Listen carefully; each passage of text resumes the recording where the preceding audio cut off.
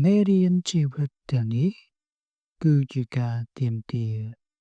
មិនមែនជាជំនួសសូមកុំភ្លេចចុចលើសញ្ញា Subscribe បន្ទាប់មកចុចលើសញ្ញាកណ្ដឹងដើម្បីទទួលបានវីដេអូថ្មីៗ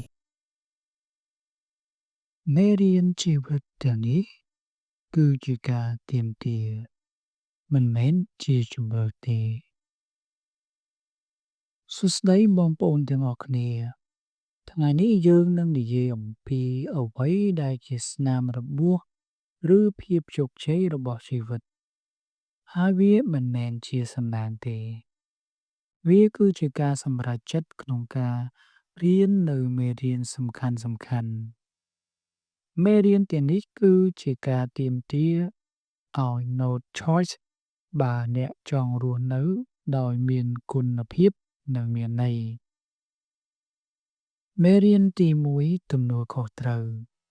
អ្នកមិនអាចដាក់បញ្ហាទាំងអស់លើអ្នកដទៃបាននោះទេអ្នកត្រូវទទួលខុសត្រូវលើជីវិតខ្លួនឯងការមិនទទួលខុសត្រូវនឹងធ្វើឲ្យអ្នកឈប់ឈ្នះតែការទទួលខុសត្រូវនឹងឲ្យអ្នកមានអំណាចកែប្រែអ្វីៗបានចូលមើលការខកចិត្តរបស់អ្នកហើយសួរខ្លួនឯងតើ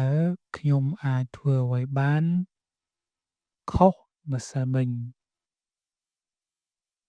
មេរៀនទី2ធ្វើការលំបាកដោយឥតស្ដាយ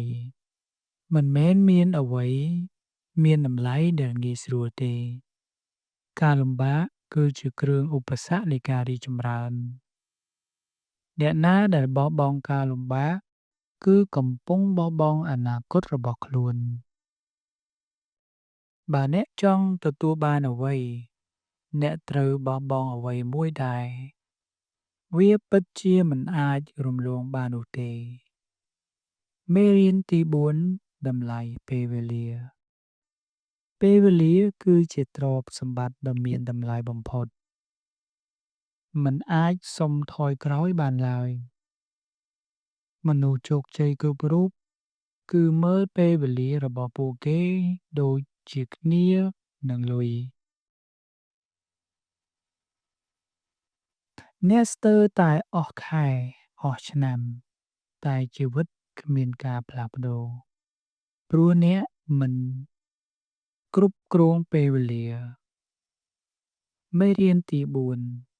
ការយល់ដឹងអំពីខ្លួនឯងអ្នកមិនអាចអភិវឌ្ឍបាន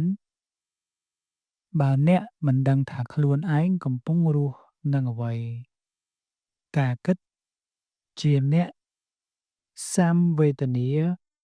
គឺនាំឲ្យរារាំងជីវិតតើអ្នកដឹងទេថាបញ្ហាជាច្រើនក្នុងជីវិតមកពីការមិនយល់ខ្លួនឯងសូម្បីតែការជ្រើសរើសមិត្តភក្តិការងារគ្រួសារមេរៀនទី5ធ្វើអ្វីដែលត្រូវមិនមែនអ្វីដែលងាយ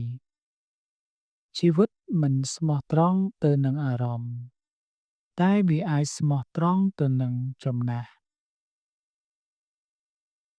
រឿងដែលអ្នកមិនចង់ធ្វើអាចជាអ្វីដែលអ្នកត្រូវធ្វើមិនមែននីវ៉ូសមុទ្រទេដែលធ្វើឲ្យអ្នករឹងមាំតែវាជាខ្យល់ខ្លាំងនិងរលកធំមេរៀនទី7សារៈសំខាន់មេរៀនជីវិតទាំងនេះមិនចាំបាច់អ្នកចូលចិត្តវាទេតែអ្នកត្រូវអនុវត្តវាមិនទាន់រៀនវាឥឡូវនេះអ្នកនឹងត្រូវរៀនវាជាមួយការជឿចាប់នៅថ្ងៃក្រោយជីវិតអត់មេរៀនគឺជាជីវិតគ្មានទិសដៅតើអ្នករៀនរួចហើយឬត្រូវគេចាំបង្រៀនអ្នកចាប់ផ្ដើមថ្ងៃនេះកុំរង់ចាំរហូតដល់ជីវិតវាយដៃ